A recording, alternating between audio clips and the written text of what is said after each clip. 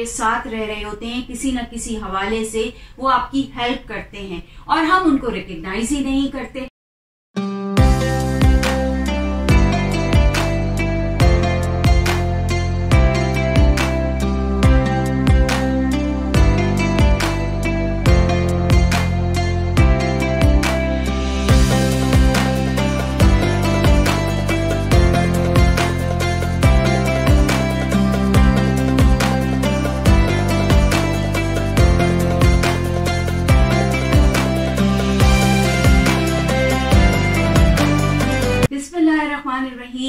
अस्सलामुअलैकुम, मैं हूँ इरम रिजवान और आप देख रहे हैं मेरा प्रोग्राम एहसास रमजान।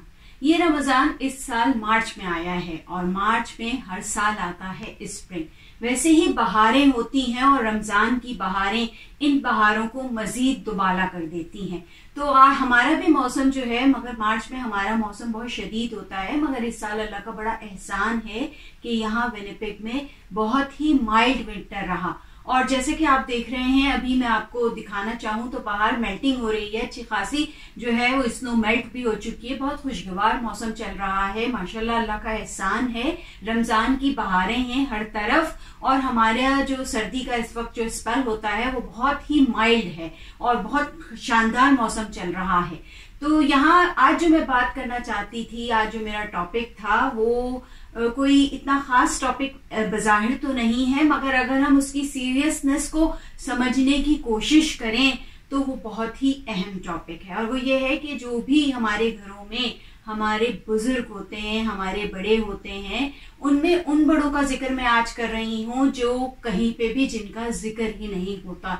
यानी कि वो हमारे रिश्ते जो हमारे पेरेंट्स के जरा दूर के रिश्ते होते हैं या हमारे भी जरा ऐसे रिश्ते होते हैं, मगर हम उन्हें खातिर में ही नहीं लाते और हम उन्हें जो है वो उनको देखते ही नहीं है कि ये भी कोई रिश्ते हैं और ये हमारे साथ हैं, तो इनकी क्या अहमियत और अफादियत हमारे साथ मौजूद है।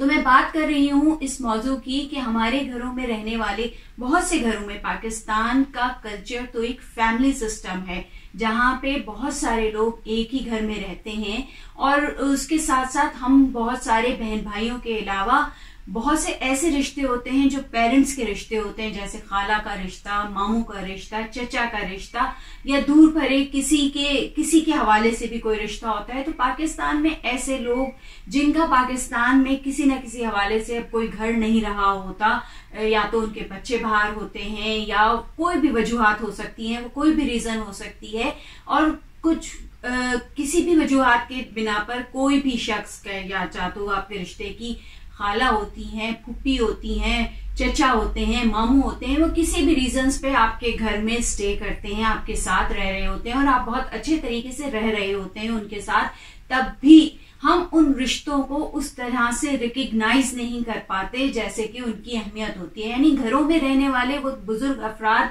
जिनको हम फॉर ग्रांटेड ले लेते हैं, वो हमारे घरों में किस कदर अहमियत इख्तियार करते हैं, ये हमें पता चलता है किसी के भी जाने के बाद। यानी कि जब भी कोई दुनिया से जाता है तो हमें उसके बाद उसकी अहमियत का एहसास होता है। वो रहते होते हैं, हमें पता ही नहीं होता कि वो हमारे साथ रहते हुए हमारा कितना काम करते हैं, हमारे साथ कितना हमारे घर को संवारने में अहम किरदार अदा करते हैं, हम पता ही नहीं होता हमें। मसलन छोटी छोटी बातें कि वो बुजुर्ग हजरात जो आपके घरों में आपके साथ रह रहे हैं वो कितना हेल्पिंग हैंड होते हैं इस लिहाज से कि आपके बच्चे, अगर कभी आपको जरूरत है बाजार जाने की और आपको चाहिए कि घर में कोई बड़ा मौजूद हो, तो वो मौजूद होते हैं आपके घरों पर आपके बच्चों के लिए। एज अ गार्डियन वो मौजूद होते हैं, एज अ गार्ड वो मौजूद होते हैं जो आपके बच्चों की देखभाल कर लेते हैं। ऐसे बहुत से काम है कि आप कहीं, आपको जरूरी काम से बाहर जाना है और घर में कोई नहीं है, बच्चे के स्कूल का टाइम हो गया, उसे वापस आना है,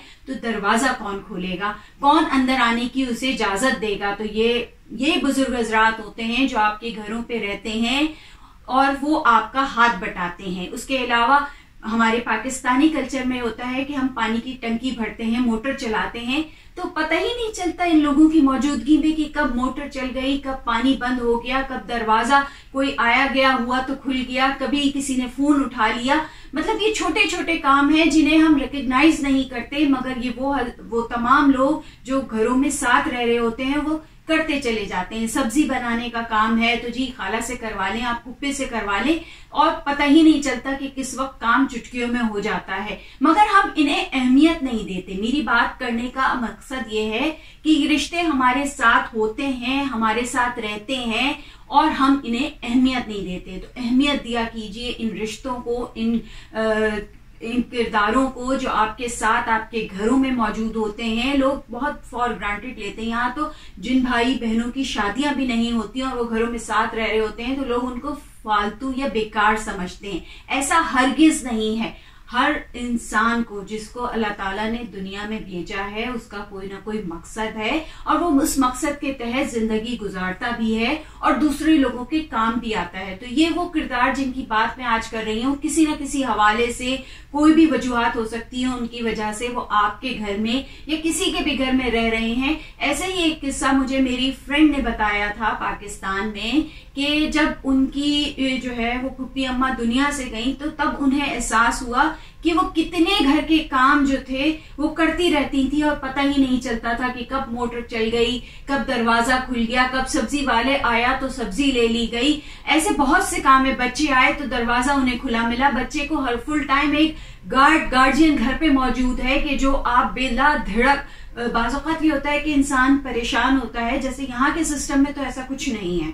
तो यहाँ लोग परेशान होते हैं कि अगर कोई छुट्टी अनएक्सपेक्टेड अनाउंस हो गई है और जिसमें बच्चे को घर पे, स्कूल की छुट्टी की बात कर रही हूँ, और बच्चे को घर पे रहना है और पेरेंट्स को जॉब पे जाना है, तो वो परेशान हो जाते हैं कि हम इसको अब सेटल कैसे करें, किस तरह हम बच्चे को जो है वो डे केयर भेजें या क्या करें। तो ये बड़ी मुश्किलात होती हैं। जबकि पाकिस्तानी कल्चर में वो तमाम रिश्ते जो आपके साथ रह रहे होते हैं किसी न किसी हवाले से, वो आपकी हेल्प करते हैं और हम उनको रिकग्नाइज ही नहीं करते। हम उनकी खिदमत का पता ही नहीं होता हमें कि वो क्या क्या हमें खिदमत दे रहे हैं। तो ऐसे लोगों को अहमियत दीजिए, ऐसे लोगों का एहसास कीजिए, ऐसे लोगों की इज्जत कीजिए कि वो आपके घरेलू काम के साथ साथ आपको कितनी जो है मोरल सपोर्ट दे रहे होते हैं।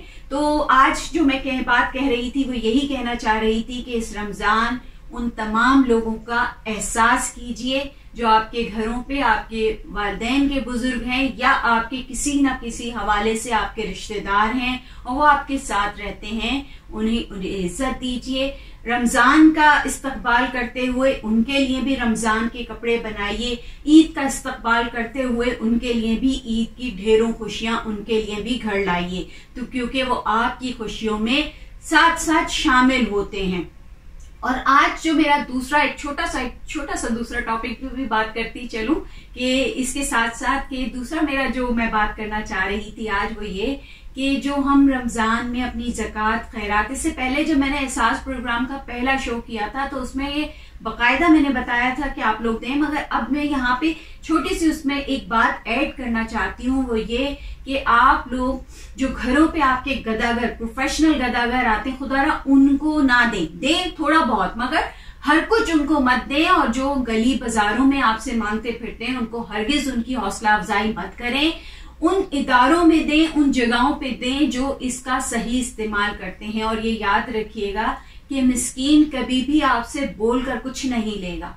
वो कभी भी जो जायज है, जो जायज लेने वाला है, वो कभी भी आपके सामने वो अपनी सफेद पोशी का भरम रखेगा, वो कभी भी आपके साथ सामने हाथ नहीं फैलाएगा। तो उसका भी इज्जत का भरम रखिए और चुपके से उसको जो भी आपकी इस्तेताअत है वो आपको उसको दीजिए, उसके घर पहुंचाइए, उसको ढूंढिए। आपके अतराफ में बहुत से लोग आपस में भी बात करते हैं और बताते हैं कि फलाने को जरूरत है, तो आप उन लोगों को ढूंढिए, उनको दीजिए। खुदारा गदागरों को जो बाजार में आ जाते हैं, मोहल्लों में आ जाते हैं, घरों में आ जाते हैं, उनकी बिल्कुल हौसला अफजाई नहीं कीजिए। मैं कल रमजान प्रोग्राम में ही देख रही थी कि कराची पे एक बहुत अच्छा दस्तरखान लगा हुआ है।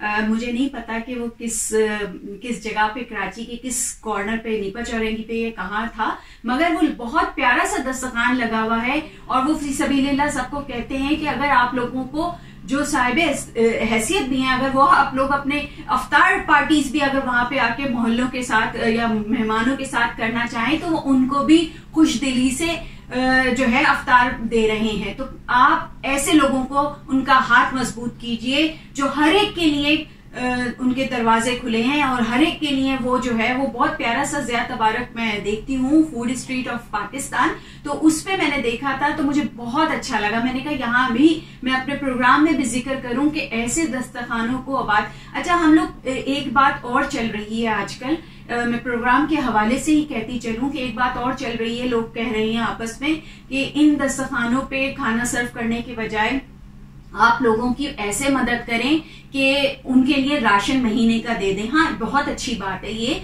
कि आप बजाय उसके, क्योंकि हर एक का नहीं होता ये, मैं आपको कह रही हूँ ना कि सफेद पोश हजरात नहीं जाके बैठेंगे किसी के भी दस्तरखान पे और वो वहां पे अफ्तारी और सहरी करेंगे। ये है हकीकत है हमारे माशरे की, हमारे मजहब में ये हकीकत है कि सफेद पोश मिस्कीन शख्स कभी भी आपको पता भी नहीं चलेगा कि उसको जरूरत है। तो ये बात सही है कि आप ऐसे राशन पैकेट्स बनवा लीजिए और फिर उनको, तो ये भी सही है, मगर उसके साथ साथ मैं ये कहती हूँ कि ये जो स्ट्रीट पे अफ्तार और सैरी का कॉन्सेप्ट है, इसको मैं जरा से एक्सप्लेन कर दूं लोगों को, थोड़ा सा मैं एक्सप्लेन करके ये बताने की कोशिश कर रही हूँ कि ये कॉन्सेप्ट बहुत बेहतरीन कॉन्सेप्ट है। वजह यह है कि वो दस्तरखान किसी एक के नाम पे नहीं होता कि जी यहाँ आके ये बैठेगा और ये खाएगा, वो तो अल्लाह नाम पे, अल्लाह ताला जिनको तौफीक दे रहा है वो सबके लिए उनके दस्तरखान खुले हैं। और ये है यकजहती का दस्तरखान, इसको मैं कहूंगी कि वो तमाम हमारे माशरे में जो इतनी नफसा नफसी बढ़ गई है, इतना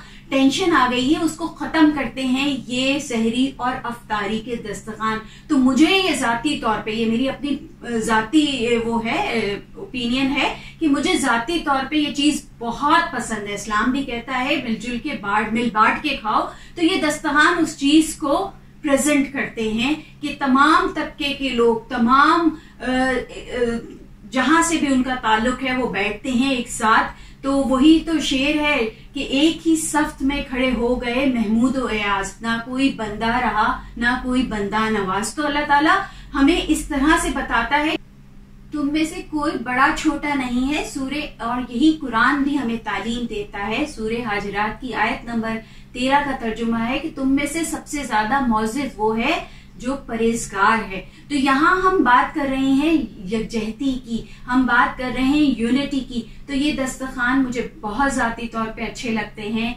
आप तमाम हजरात से जो भी आपको दिल चाहता है वो आप इन दस्तरखानों को डोनेट करें और इनको आबाद करने में इनका हाथ बटाएं। तो मुझे अच्छे लगते हैं, लिहाजा मैं ये बात कर रही हूँ। जिसको नहीं समझ आता वो ये कहता है कि जी राशन पैकेट्स होने चाहिए इसकी, तो सबके अपने कॉन्सेप्ट्स हैं, सबके अपने जो है वो आइडियाज होते हैं। तो लिहाजा किसी को भी डिनाई नहीं करना चाहिए, सबकी अपनी थिंकिंग होती है। पॉजिटिव ही बात है वो भी कि आप दस्तरखानों की जगह पे राशन तकसीम कर दें। तो चलें राशन भी तकसीम कर दें और दस्तरखान भी आबाद कर दें। तो और उन पे गदागरों को जो इस रमजान में यलगार कर देते हैं मुख्तलिफ पाकिस्तान के शहरों से आकर, खुदारा उनको बिल्कुल उनकी हौसला अफजाई मत करें। उनको जो है बिल्कुल से एक तरह से उनका, क्योंकि वो गदागर नहीं होते, वो तो आपको पता ही है कि वो कौन लोग होते हैं। और तमाम उन लोगों का एहतिसाल करते हैं कि जो सही मायनों में आपकी ज़कात, आपकी सदकात, आपके अल्लाह नाम के पैसे या इन तमाम राशन बैग्स के हकदार होते हैं। तो लिहाजा आप भी पाकिस्तान में जो चैरिटी का काम होता है उस पे हाथ बटाइए। और इससे पहले भी मैंने एहसास प्रोग्राम में कहा था कि शौकत खानम है, इंडस हॉस्पिटल है, छीपा है, ईदी है और ऐसे बहुत से दस्तरखान जिनका मैं जिक्र कर रही हूँ, जो मैं भी देखती हूँ और आप भी देखते होंगे यकीनन। शहर में जब निकलते होंगे तो यहाँ तो नहीं है ये, मगर आप जब कराची की सड़कों पे निकलते होंगे तो आप देखते होंगे। तो उन लोगों का जो है हाथ बटाइए, उन लोगों के साथ काम कीजिए और पाकिस्तान को और सब तमाम शहरों को यकजहती का जो हम एक पैगाम देते हैं रमजान के हवाले से, उसे मजबूत कीजिए। एक नया टॉपिक, और उसके साथ साथ मैं पहले रेसिपीज आपके साथ शेयर करती थी, तो अभी बिल्कुल से मैंने छोड़ी हुई है। मगर कोई भी अगर रेसिपी मुझे लगेगा कि मैं आपके साथ शेयर करूं तो जरूर इसी प्रोग्राम के साथ मैं छोटा सा सेगमेंट रेसिपी का भी, डेली तो नहीं मगर जब भी होगा मैं आपके साथ इसी प्रोग्राम के साथ कनेक्ट कर दूंगी एक छोटा सा रेसिपी का भी सेगमेंट। और फिर हम रमजान में ही ये कर सकते हैं कि रमजान में तो दिल चाहता है कि हम भी नए तरह तरह के जो है फूड ट्राई करें और हम रेसिपीज भी शेयर करें। तो इंशाल्लाह फिर मुलाकात होती है। मुझे दुआओं में याद रखिएगा। अल्लाह हाफिज। पाकिस्तान जिंदाबाद।